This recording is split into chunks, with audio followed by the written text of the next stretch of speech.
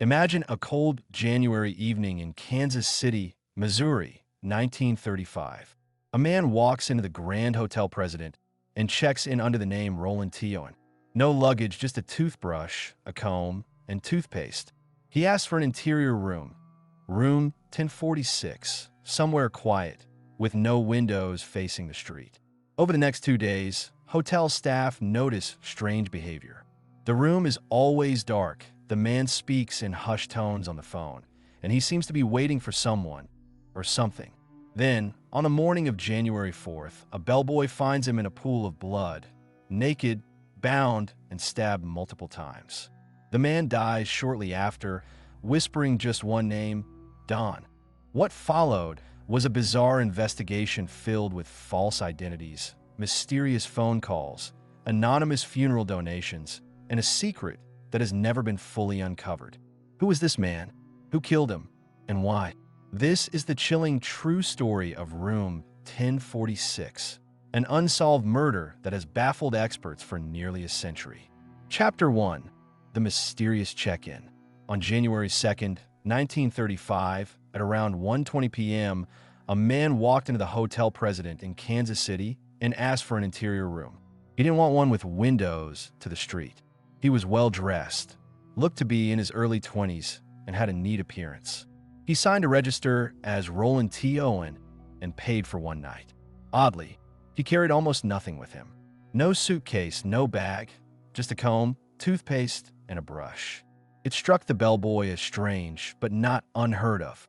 The bellboy escorted him to room 1046 on the 10th floor. There, the man took out his toiletries and placed them neatly in the bathroom.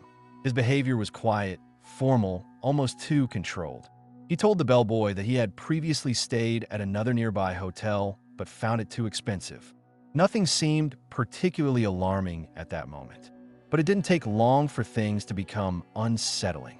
Chapter 2. Odd Behavior and Whispered Conversations.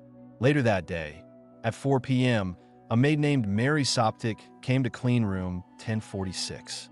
The shades were drawn, the room dimly lit. Roland was inside, wearing a dark overcoat, even though the room was warm.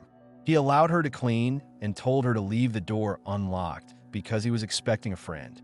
The next morning, on January 3rd, at around 10:30 a.m., Mary returned.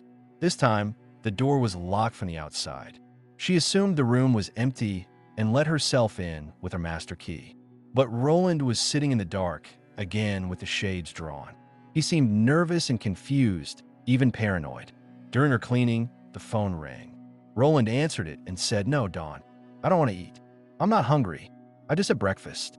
The way he spoke was quiet and strange, as if he didn't want Mary to hear. At around 4 p.m. that day, Mary knocked again to drop off towels.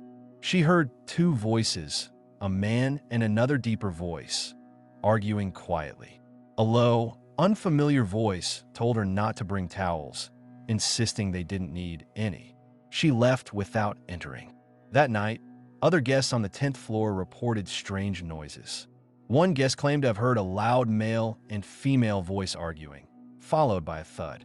But nobody called the front desk. Chapter 3. The Final Hours. In the early hours of January 4th, the switchboard operator noticed that the phone in room 1046 was off the hook. At 7 a.m., a bellboy went to check. The door was locked, and a voice from inside said, "Come in, turn on the lights." But the door was still locked, and the bellboy couldn't enter. He assumed the guest was drunk and walked away. At 8:30 a.m., another bellboy entered the room using the master key. He saw Roland lying naked on the bed in the dark. The phone had been knocked over. The bellboy fixed the phone, thinking the man was just drunk or sick. But at 11 a.m., when the phone was still off the hook, a third visit was made. This time, the bellboy saw blood on the walls and called for help. Inside room 1046, Roland was kneeling on the floor holding his head in his hands. Blood was everywhere, on the bed, walls, floor, and in the bathroom. He had been tied up with cords at the neck, wrists, and ankles. His skull was fractured, and he had been stabbed multiple times in the chest. When asked who had done this to him, Roland replied weakly, "Nobody." He later added, "I fell." Then he lost consciousness and died shortly after in the hospital. Chapter 4: A Case Without a Name. Police quickly realized that Roland T. Owen was a fake name. There were no records of him anywhere under that name. They found a few personal items in the room: a hairbrush, toothpaste, an unused label from a necktie, and a bottle of diluted sulfuric acid. No weapon was found. Fingerprints on a phone and walls belonged to someone unknown. Not to Roland, not to hotel staff. Strangely, police discovered that the same man had stayed at a different hotel nearby a few days earlier using the name Eugene K. Scott. Another fake name. Still, no real identity could be found. Meanwhile, the investigation grew stranger. A man had reported picking up someone matching Roland's description late at night, just hours before the murder. That man had a deep scratch on his arm and seemed angry. He reportedly said, "I'll kill someone tomorrow." Others in the hotel remembered a woman who came looking for a man that night. She seemed agitated, left, and came back later with a male companion. Who were they? And did they enter room 1046? Despite countless interviews and leads, the police found no concrete suspects, and no family came forward to claim the body. Chapter 5: An Anonymous Funeral. Months passed, and still no one knew who the victim was. Then something eerie happened. An anonymous person called a local funeral home and offered to pay for a proper burial.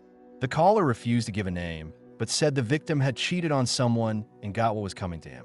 The funeral was arranged, and a bouquet of roses arrived at the service with a note that read, "Love forever, Louise." No one ever identified Louise. For months, the case went cold, until a break came in the most unexpected way. Chapter 6: The Real Identity. Artemis Ogletree. Almost a year after the murder, a woman named Ruby Ogletree saw a photo of the victim in a magazine article. She recognized him instantly. It was her son, Artemis Ogletree, who had left their home in Birmingham, Alabama in 1934 to travel across the country. He was just 17 when he left. After his death, Ruby had received several typed letters supposedly from Artemis. One letter said he had traveled to Egypt. Another mentioned a business opportunity, but the tone was wrong. Her son didn't know how to type. She believed someone else had written those letters and mailed them to mislead her. Why would someone try to fake his presence in another country? Why did they want to hide the fact that he had died? To this day, no one knows the answers.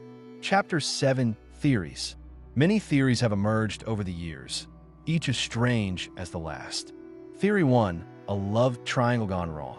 The mention of Dawn and the anonymous woman, Louise, suggest Artemis may have been involved in a romantic entanglement that turned deadly. Perhaps a jealous lover or betrayed partner exacted revenge. Theory 2: organized crime. Some believe Artemis was involved in criminal activity or had ties to the underworld. The torture-like injuries, fake names, and final cryptic behavior hint at something deeper and more sinister. Theory 3: blackmail or extortion. Others suspect he may have been lured to room 1046 for a deal that turned violent. Maybe blackmail, maybe a debt he couldn't repay. Theory 4: a random act of violence. Some investigators proposed that it was a robbery gone wrong or a senseless act of violence. But the scene was too controlled. Nothing was stolen. Whoever did this seemed to have a purpose. Theory 5: secret identity or espionage. Some online sleuths believe Artemis was living under multiple aliases, possibly running from something or someone. The faked letters, false names, and quiet behavior all support the idea that he was hiding his true life. Chapter 8: The Legacy of Room 1046. Even now, nearly a century later, the murder in room 1046 remains one of the most chilling unsolved crimes in American history. The case is occasionally reopened by journalists and true crime enthusiasts, but no new evidence has ever surfaced. The original detectives are long gone, and yet the room still exists inside what is now the Hilton President Hotel in Kansas City. Guests still ask about room 1046. Some say they feel strange energy on that floor. The room is no longer used for guests. The mystery has inspired podcasts, books, and documentaries, but no one has ever been able to say with certainty Who killed Artemis Ogletree, or why? And perhaps we never will. Epilogue. Final thoughts. Some mysteries fade with time. Others grow stronger. The case of room 1046 is a haunting reminder of how easily someone can disappear, not just physically, but through history. Artemis Ogletree was a young man full of life and ambition, who ended up alone, tortured, and forgotten in a hotel room under a false name. His final words were nobody, and maybe that's what he became. But perhaps, by telling his story, we bring a small piece of him back into the light. Outro call to action. If you were captivated by this story, make sure to like, subscribe, and turn on notifications. More unsolved mysteries are coming soon. And let us know in the comments, which theory do you believe? Was it jealousy, revenge, or something far more sinister? Until next time, stay curious, stay safe, and don't trust locked doors with whispered names behind them.